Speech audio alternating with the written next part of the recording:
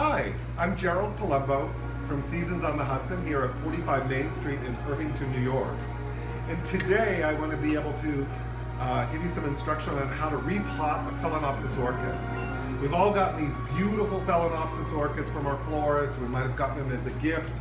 And today I'm going to show you how you can take it out either with a terracotta pot that it may come in a plastic grow pot, and we're going to plant it into this vintage cashpo, which is very pretty.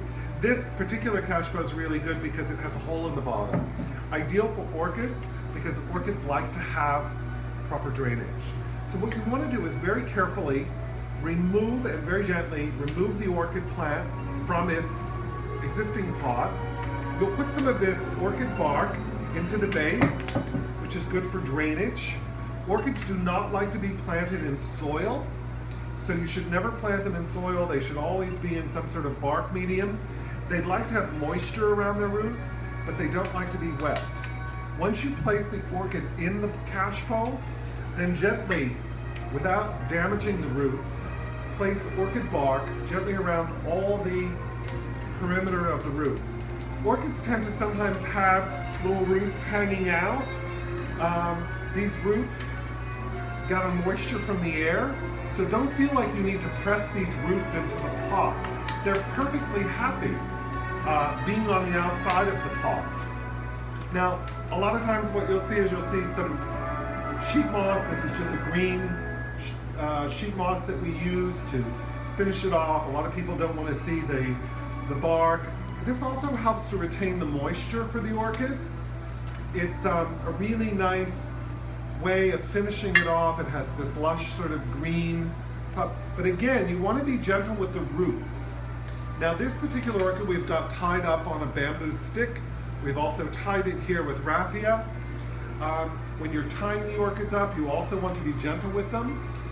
They can break, and you don't want to sort of cut the circulation off on the plant by tying it too tightly. So on something like this, very easy. Once the plant is potted in the pot, what you're going to want to do is water it really well. I would typically put the orchid in a sink, and I would just let the water gently run over top of it, watering it thoroughly, and then you want to let it drain. As I said, this has a very good drainage hole in it, and drain very well, and then I'd leave it in the sink for a few minutes to drain, and then you can return it to wherever you want to display your beautiful orchid. Orchids like to be watered once a week. They like bright filtered light, and cooler temperatures are better for them. And this particular orchid in this state that it is in now should bloom 6 to 8 weeks very easily. If you have more ideal conditions, you can even get these to bloom 3 months.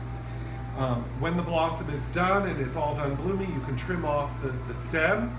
Continue to take care of it, water it once a week, bright filtered light, and orchid food will help to generate new blooms for the next season. That's our helpful tip for today from Seasons on the Hudson. And we carry these phalanopsis orchids and these beautiful cashpos in our store, and we hope you come in and visit us. Have a wonderful day. Thank you. And next Thursday is? And next Thursday, we're doing a class on spring bulbs here at Seasons on the Hudson. So we would love for you to join us. So you may consider it. Take a look at us on our website at seasonsflowersnyc.com, or you can also check us out on our Seasons on the Hudson Facebook page. We hope to see you next Thursday.